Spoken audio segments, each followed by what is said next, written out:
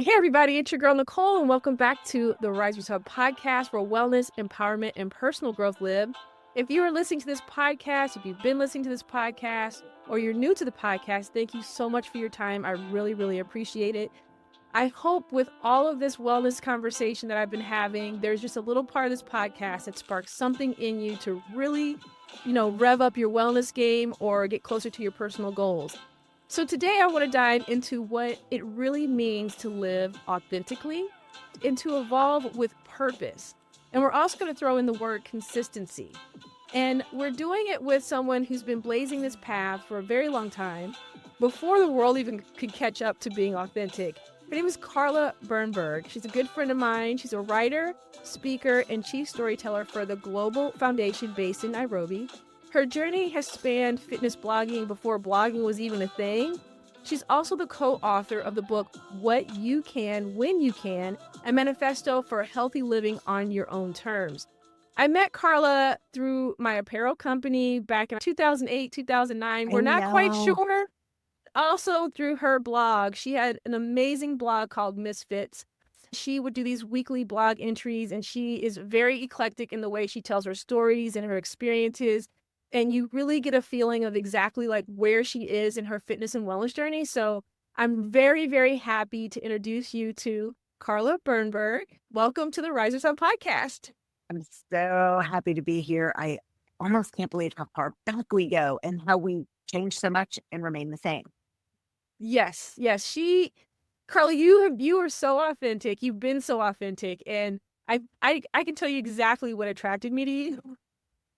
Your tattoos, your I don't give a you know what attitude, and just you're just so different. And the way that you write is just so it's just so engaging. And I'm gonna be honest, like I had a blog, Scenic Run. I still blog a little bit here and there, but I Wow. was always jealous of how you could really pull people in and into the conversation and having people like comment on what you were saying and debate you and not debate you and agree with you and not agree with you. And I know that you're still doing that at the level in which you're writing today. So tell me a little bit about how it was to have that blog back in the day. And I know like now you've moved to Substack. How are you going to move from that to where you were, with all your work in Africa to now? It's so funny. I mean, we can never really appreciate a moment until it's gone. And I look back at those like 2006, 7, 8 days in Mhm. blogging. Man, that was fun. I mean, people would reach out and it was just a really big community. I was talking to Brooklyn active mama Nellie today, Wow. and she said, I don't think she's changed her name, but do you remember we did all of this just no brand, no compensation. It was for the connection and the community. And eventually it turned into a financial piece for all of us. But at that point, Yes. we were already so entrenched in the community and just having fun, showing up Yes. real and flawed. And I know that was it with, I mean, I was Mizfit, Mizfit, which began as I will never forget. And I wonder if this friend remembers. I thought I was like super smart and introspective. And I said to her, you know, the myth of Sisyphus, do you know that of the stone being rolled up the hill? I was like, I'm going to be Sisyphus and it's going to she's like, girl, no. It's like, okay, I penny. And then after that, I was like, okay, it was Ms. Fit, really the play on growing up. I was not only not fit, not very coordinated. Like, this is why I Mhm. love weight room.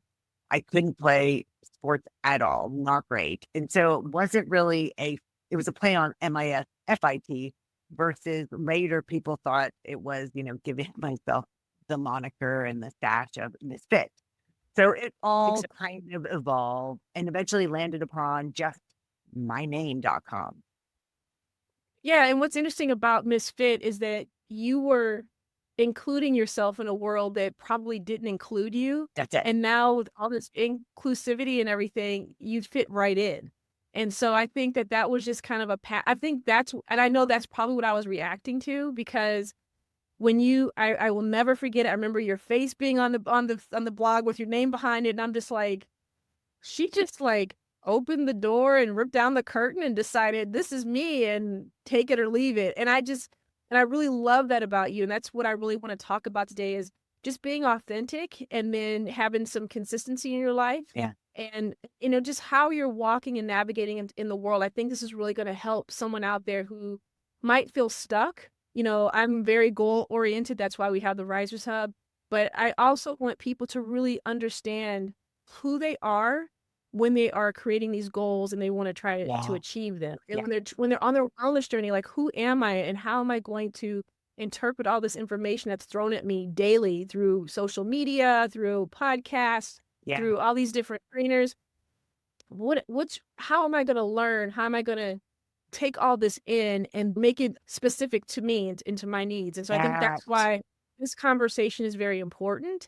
So what kept you consistent when the world wasn't watching? Like, what kept you consistent in what you were doing? I think there are so many different things that come into play, but one for me, backdrop, and I do this with my clients, I'll have them take the snippet, I am a person who, and answer that question until they can't come up with any more answers. And sometimes after 3, they'll say they're done. I'm like, and bring me at least 20. And so it really helped me distill, why am I here? What are my goals? Yep. With Ms. Fit, I did start with the backdrop of I had moved from Chapel Hill, North Carolina, which I loved, to Austin, which was new. And when I was in Chapel Hill, I was a trainer. And it was very expensive at that point to have personal trainer. It was like $93, cost prohibitive. And so I thought, you know what? I just want to give away all of my knowledge for free. And so that was my goal. And that really kept me motivated and showing up and sharing my own awkward journey. I remember somebody said to me once, thinking it was derogatory, you're kind of an awkward gazelle. Everything is very homespun. And I thought, well, that is my perfect brand. We have to show up as real and authentic and flawed and create space for others to, it's not even read it. It's like feel, then it's okay for me to do the same. It's that notion that we see everywhere now that speaking up, showing yourself sparks courage in others and confidence. And when you took down the curtain, that's the phrase I'm going to use. Did you ever feel pressure to present a certain version of yourself? Or when you did that, you're like, this is me fully? This is me fully. I mean, from that couch day when I was going to be Sisyphus to becoming Carla Birnberg, I thought, I'm not really fitness. I don't want to tell you, there are people out there who would do it and did it much better than I ever could. I'm a few iterations back. What's your language of encouragement? What's your why? If you had to distill your basic essence and needs, and I love this for myself, to a laundry tag, it had to be that, like directions on how to care for you. What would that look like? What would you put in a personal first aid kit? It really had nothing to do with fitness. It was life and personal development. So it felt like stepping into myself and coming home. Yeah. I noticed too, like, if you're a good personal trainer and you really want to know like the full spectrum of a person, you learn when you're training people. That's how I started the Risers Hub, because I was a personal trainer back in the day. My girls had encouraged me. And then like you're talking to your client. And when I say a good trainer, you're actually talking to your clients. You're paying attention to what they're doing. You're watching what they're doing. And you're learning about each client. And when you learn about each client, and like, especially the ones who get stuck, and what happens is that you give them a plan. And let's just say for the first 2 or 3 weeks, everything works out. Some weight's coming off. The body's getting leaner. They can see a difference. And then they get stuck. And you're like, okay, as a trainer, you're like, what's happening? Because, I changed this, I altered that, whatever. But when you listen to them talking and, their mom is sick, or their kids are acting crazy, or their boyfriend broke up with them, and then they start falling back into these old habits that they have, they're working out with you, but everything else is like a mess. That's when I realized it's a whole body that you have to work with. Yes. And so I think that as I think that's what I'm hearing from you. Yeah. And even when I'm, like with scenic run, I know for a fact I hide behind that because I love running. Everyone who knows me as a runner, but don't let me throw some art in there. Don't let me throw some wellness in there. And then there's like, whoa, what is she doing? Like this is too Are much. Like they, or do you think they are? Do they say that to you? I can tell by the way they engage in the posts Right. and then how they react and then like with the wellness, like it's different from I want to learn about running and fitness as opposed to like the whole body of it. And I don't know if it's because there's aspects of their life they don't want to tap into. That's what I'm guessing. I think about it as a person myself. Like there's scenic run, there's the risers hub, and if you put those together, for me, it makes total sense because that's me as a whole person. It's me as Nicole Hodges. But when you're splitting them in half and you kind of see the engagement on each side, it's very interesting to see what they engage in and what they don't engage in. So there's something, even when we're giving ourselves fully, there's things that people are not giving back to us fully. And I find that very, very interesting. So that kind of is a good segue into what I'm about to ask you now. Because when you decide to become unapologetically yourself, what did that look like to you before you did it? And then how did it feel after you did it? It felt, and I notice that I use that language all the time, especially at work. I will say, I feel, and then I'm like, I think, I know, but it was a feeling, and I can feel it as I'm speaking this. It's growth. I felt like I was kind of pigeonholed into just fitness. And then when I would talk about anything else, I hear you on the engagement. And I thought it's time to expand. Change is difficult for those of us going through it and for other people around us. But when we know, and we know, I mean, I'm a big meditator, even though I do currently have a big monkey mind. I do. Like when I work with clients, they imagine when they're meditating, it's going to be 20 minutes. I don't think I've ever increased from 5 minutes in the morning, but it's stillness. And when we're still, we know. And I just knew it was time to expand. I like that. So when you got to the point where you dropped Misfits and then you're just Carla B, when did you feel like you really sat in it and you were comfortable and you just started moving forward? How long did it take you to do that? Was it immediate? Did it take some time? It was immediate, but only because I thought about it for so long. Gotcha. Should I? What's a good transition point? And I was cognizant of the fact I was working with brands. I was doing something with, I think, Birkenstock back then. And I knew if I did it before that print advertorial came out, but I thought about it for so long that by the time I launched it, and I still remember, I was only excited. I was ready to shed that skin and keep moving forward. When you went from sharing workouts online to becoming a chief storyteller for a foundation in Africa, that's a huge leap. So can you walk us through how that shift happened and what inspired you to move? I mean, I am so grateful for my life. It does not look like I thought it would right now at all. Although, I mean, I separated when I was 48, which now feels very young. And I hadn't really thought about what I thought my life would look like, but it wasn't this. And yet I'm so grateful. When I separated was right around that period where everyone was an influencer.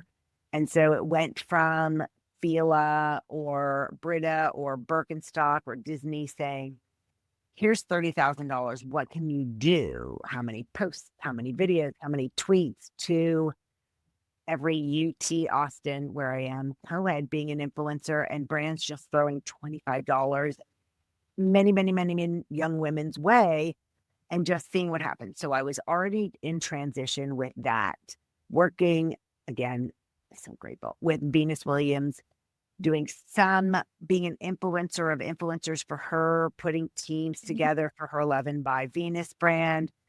Not enough really to live on, doing some Live Strong stuff. And so I was right in that crossroads of, I don't know what my next is. And it was January, I'll never forget that, 2020. And a group of, they were all white men in the States, reached out and said, we love what you do. I'm marketing. And they said, we noticed that you use, I love Donald Miller's story brand approach.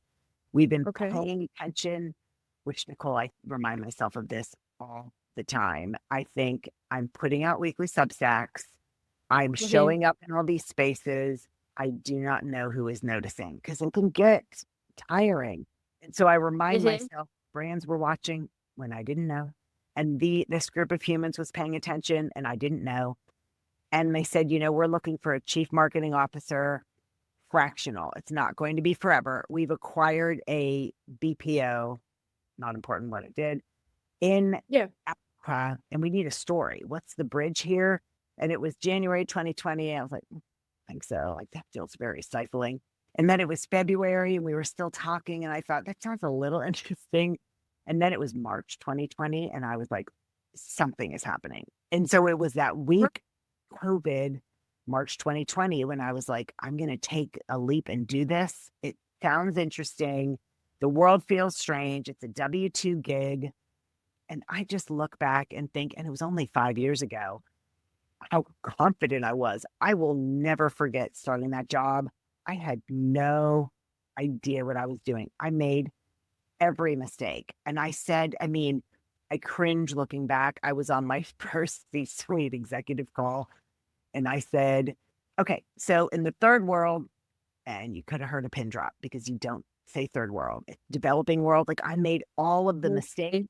It has been 5 years of learning, 5 years of know better, do better, 5 years of being open to grow. I made a little mistake the other day on LinkedIn and used the fancy fonts. Have you seen those? A little bit, yeah. Mhm. No, I didn't know. So I was like, I love this as a marketer. It is making my posts look amazing and people are going to notice me. And not many people are using these. I don't know why. And somebody messaged me privately and said, interesting post. Also, did you know screen readers can't read anything in the fancy font? So you're knocking out accessibility. I didn't know. And I said, can I You share didn't this know. publicly? And he said, you wouldn't mind? No, if I don't know, a lot of people don't know. So it's been Other people don't know. 5 years of growth and just change. I love it. It's not my last and final, but I love the work. I love the impact. I love my team. I love when I land in Nairobi and it makes me tear up every time. They'll just say, welcome home. It does make me feel like I could cry. I loved the work. Never thought I'd do it. And it's a privilege too to be able to be there for 5 years, make those mistakes, and Yeah. continue to grow. I mean, that's a clear sign of why you love your team because they're allowing you to be your authentic self and make these mistakes and keep pushing forward. So I really really do love what you shared. So And let's fitness go has back. been that connector, which is fascinating, Yes, especially with yeah, the young, to me, like 22, 23, 24 that's Kenyan men. I know, like speaking that international language of weights. It has been the bridge initially when I came on, and the life expectancy there is shorter. So I'm elderly to them. And it, like, okay, but I it's don't even know how I did it. connector. And so I've always gone back to fitness as that bridge, the foundation of relationships, even in some place that has nothing to do with fitness. That's awesome. So talk a little bit about the bridge of the fitness. Like, what did you bring to them, or what did they bring to you when you started traveling back and forth when it came to fitness? It's everything. For me, when now my team knows me so well after the years and they're used to, they'll do something, they're young, hasty, and want to move on to the next. And I'm like, you guys, it's like a muscle. We need to keep doing it. And Yes. they laugh when I come. I will travel with, if I'm there for months, my bags of flaxseed and I'm always bringing pistachio. They laugh at the Yeah. healthy Yeah. wanting to stay. We have an apartment and our executive director, it is not her thing at all, but she sees me and the apartment has a gym in the building. And we went to, and this has been one of the best parts of my job. We went to a place called Kibera. It's the largest urban slum, I think, in all of Africa. I don't think it's East Yeah. Africa. And we were looking at some entrepreneurial ventures, and I met this guy named Steven, and he has a gym called Goblin Gym. It's on Instagram. And when we got home, I messaged him and said, I really want to volunteer with you. Marketing, Mm. branding for Goblin Gym. And I know at first he was like, okay, with the person. And we've been Zooming once a month since. Like, that is my passion, both the marketing and the branding and the gym. And so I made it's my connection. It's my connection. And so it always for me goes back to it is healthy living, it is fitness, but wait, it changed my life. It did change your life. Tell Yes. us a little bit about that story. Tell us a little bit about that. Yes. I mean, I'm so uncoordinated. It is so bad. I mean, terribly uncoordinated. So I had no interest in fitness at all. Small private liberal arts school, realized senior year I needed a gym class. So I took weight training. And it was like, this might have been 91. And I think, do you remember Terminator 2, Arnold Yes. Schwarzenegger? I remember going to the movies like that summer, seeing Linda Hamilton in that Yes. white tank top. And I was like, that is, Right. I want to be that. And just, I found my voice in the weight room. I walked differently. I mean, people say to me all the time, beginning then and up until like now, the way you carry yourself when you walk, I mean, they're not nice ass. They're like, just the way you hold yourself. And it's all from the weight room. And now when I go to the gym and I have to wait for machines or the squat rack because there are high school young women in there, I love it. When I started, there weren't that many. If you're listening to this podcast and you're really paying attention to things that she's saying, you know, we're talking about the authenticity and we're talking about really being yourself. And I feel like the more Carla shares with us, the more she's unfolding how she's really become who she is and where she wants to be, and how her life just unfolded in ways that she didn't expect because she was open to change and she was open to, you know, really showing every aspect of herself. So if you're stuck with something, or you're hiding behind something, or a name, or heck, the way that you dress, or, you know, your job, and you're trying to figure out like, oh, am I going to get to the next level or open up a world for me?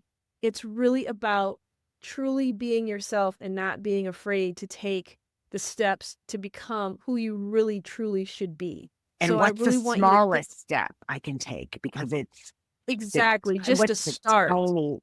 It is what we were talking about and what we've talked about, the consistency, just baby step. I remember training personal training clients and they would call and say, I'm not sore. What do you mean? Like, I thought I wouldn't be able to go up the steps. And I'm like, I'm the wrong trainer for you. It's just, we're inching our way there. And so it's what's the next tiny thing I can do to get to this life I want. I have a book I've written and it's being copy edited, but all about that notion of future self, because Yes. I struggle with that, bridging that empathy gap between 2025 Carla and I'm 55 and where I want to get to be in that cavern. What's the small step I can take every day to get to 85-year-old Carla? Exactly. And for me, you know, before this podcast, I was sharing a little bit of my life with Carla because we had to catch up. And the one thing that I've noticed is that when my aunt was alive, you know, I saw a version. You always see a version of yourself around the elderlies in your family. Like there's always someone that you're just like, oh, that's going to be me. Yes. And so the one thing that she showed me was what I don't want to be as far as the health. Like she looked great, but she had a lot of different internal problems. And I knew where they were coming from because we had talked over the years. I knew what got her to the point that she had gotten to. And so like all the work I'm doing now, like, yes, I'm crazy about working out and yes, I'm crazy about running, but I see myself at 85 and I don't want to have someone, I don't want someone helping me along the way. My mom, who's always taken care of herself, she's always been active, she's always moving around. She just turned 80. And if you met her, you'd be like, she's 80? Like, really? Because she's moving around. She's taking care of herself. She's very much how she was when she was 50 or 60 years old. Now, granted, she's a little slower and there's little things that she does a little bit differently, but I'd rather be that version than to be a version that I can't get around and I have to depend on people.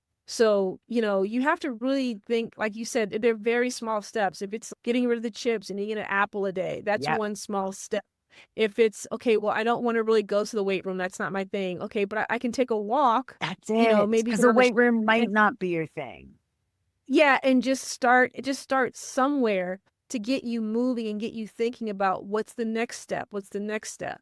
I have that book, Time to Rise, Get Fit, and Stay There. It's a 4-week Yeah. plan, and I'm actually writing it to make it an 8-week plan because what I've learned since January 1st, 2025, is that if you do things consistently Yes. and you stay on track with the things, and every day you take away a little bit of something or you add a little bit of That's it. something, and it's making a difference in my life. And so if I can share that with other people, like you're sharing with other people, I think that getting to who you want to be and how you want your future to look is very, very obtainable. Yes. And listening to you talk made me think two things. First of all, if you're listening and you are like, I am, I don't know about you, but I needed to do one of those free aging apps to really start to Mhm. bridge that gap in my mind. So I did a picture of myself and then did the app. And I think it was 80 is what it projected me up to.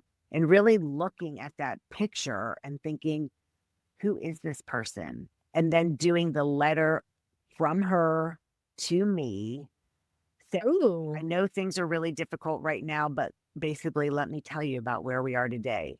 You presented at, because there are a few places I love Chip Connolly and his Now I'm Blanking Midlife Academy. But I wrote that letter from my future self. And then, because for some reason I love things going straight to my brain, I recorded it on my phone in my own voice and just listened to it.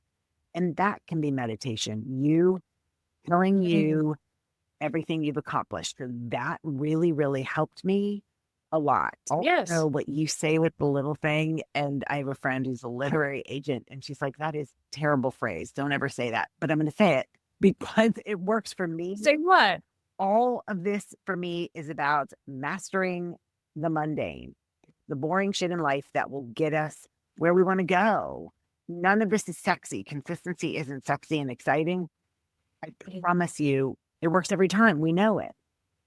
Boring is the new cool. So I Yeah. know exactly what you're saying. Yeah, I can master the mundane, as my literary agent friend cringes. But it's true. I mean, I put it on a t-shirt for myself because when you get good Yes. at the boring, that's when you get whatever it is, the project, the child raised, finish writing the Mhm. book, launching the You- Substack, whatever it is.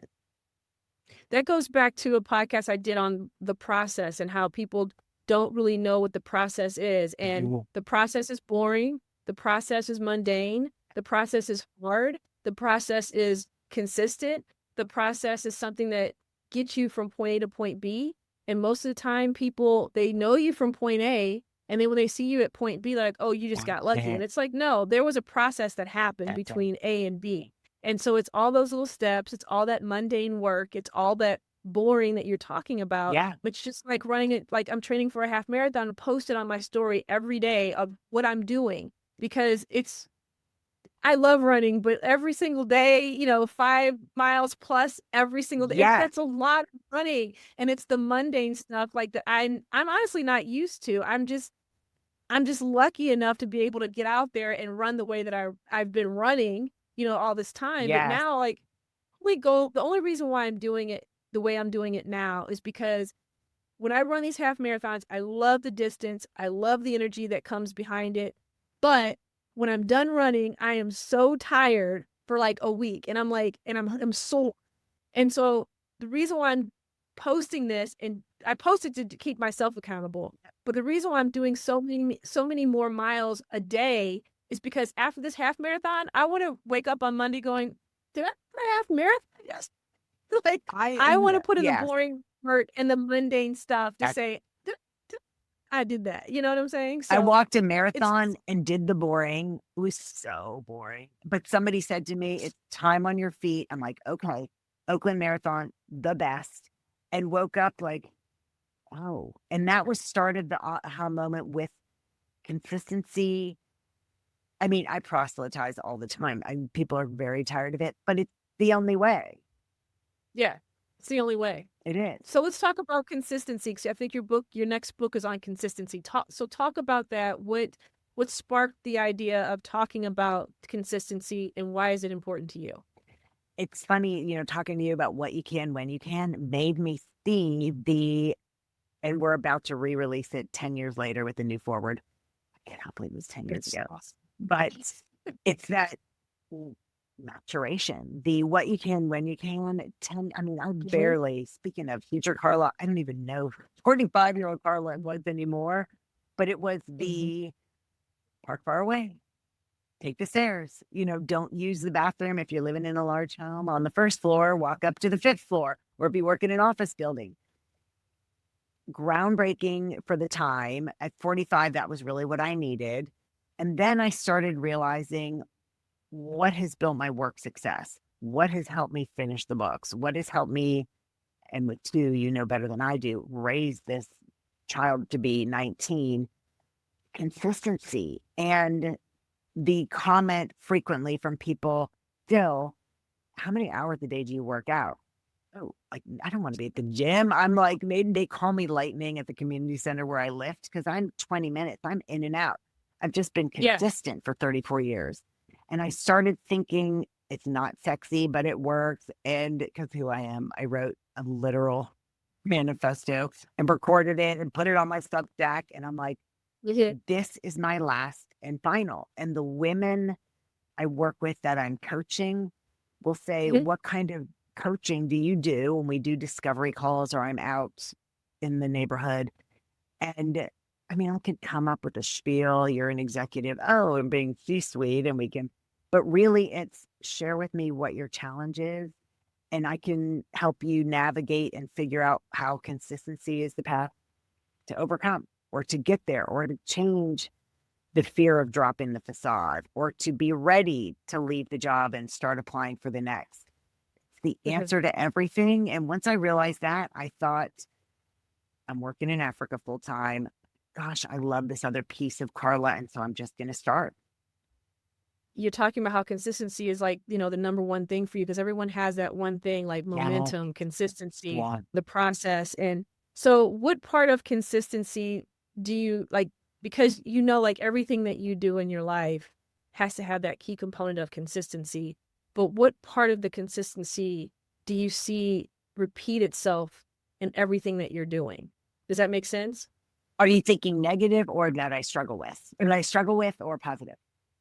Let's go with the positive and we'll talk about the negative. Because to me, when you're using the word consistency, it's the same as the process. And so like the process, there's very negative aspects of the process that nobody wants to do. And but then at the same time, there's a lot of positive in it as well. So how does that break down for you in consistency? I think some of it is, I know myself. When we were back in the social media heyday, I will never forget this man, although I've forgotten his name, was everywhere doing everything, the videos, the blogs, the YouTube, the Twitter.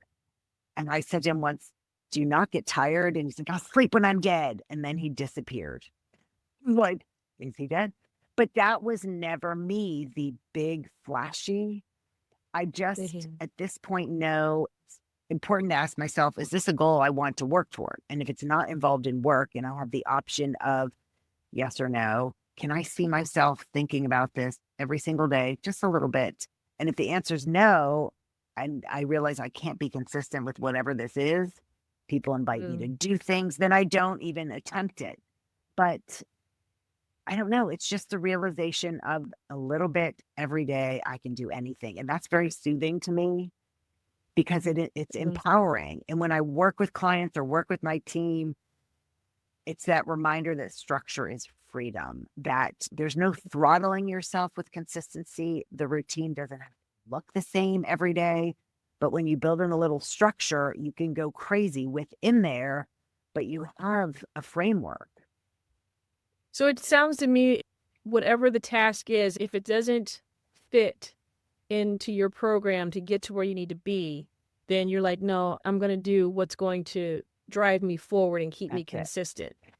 That's what I'm hearing, right? So if it's something that's trying to come in and it's not going to keep you on that consistent path. And I know I can't. I think my I want to say age, but I've always kind of been aware, very honest with myself.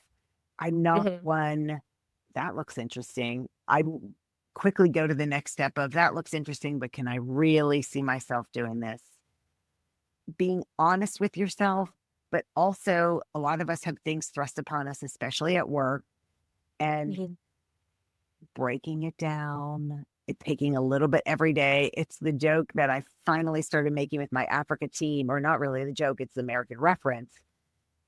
How do you eat an elephant? Have you heard that?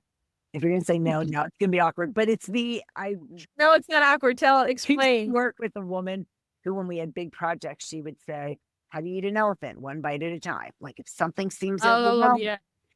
And so I laughed. Finally, I started saying that to Africa. They're like, "You Americans, that's not really a good phrase."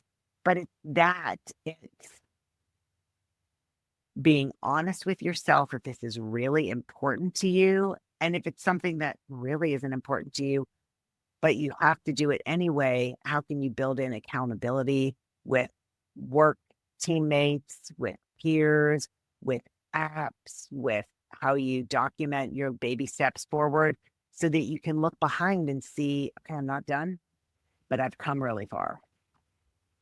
I love that. I'm just so excited that I was able to talk to you, learn more I love what about you're your doing. idea of consistency, and tell us a little bit about the book that's going to be republished. Tell us about the book that is going to be published, and then where can we find you on Substack? What you can, when you can, the updated forward, Where Has Carla's Life Landed After 10 Years edition comes out. It's ready to be uploaded to Amazon now, and there'll be print and Kindle and audio.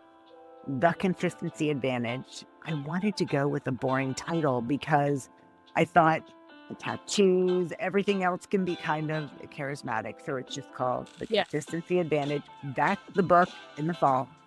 And that's the Substack. It's carlabirnberg.substack.com, and it's called The Consistency Advantage. It's all you need to really get wherever it is you want to go. And clearly, I can't stop proselytizing, but I really, really believe it. I know it to be true. I love it. We are going to tell you right now, in order for you to get to your goals, in order for you to be successful in your wellness journey, you need to be consistent and you need to get through that process. Yeah. And until next time, please keep rising. That's fantastic. I love it. You are so good. Hey, it's your girl Nicole from the Risers Hub and therisershub.com. Are you ready to rise and succeed? Download the Risers Hub free goal setting workbook, your quick start guide to goal mapping, habit tracking, and letting go of what's holding you back. It's simple, powerful, and perfect for anyone ready to achieve their goals.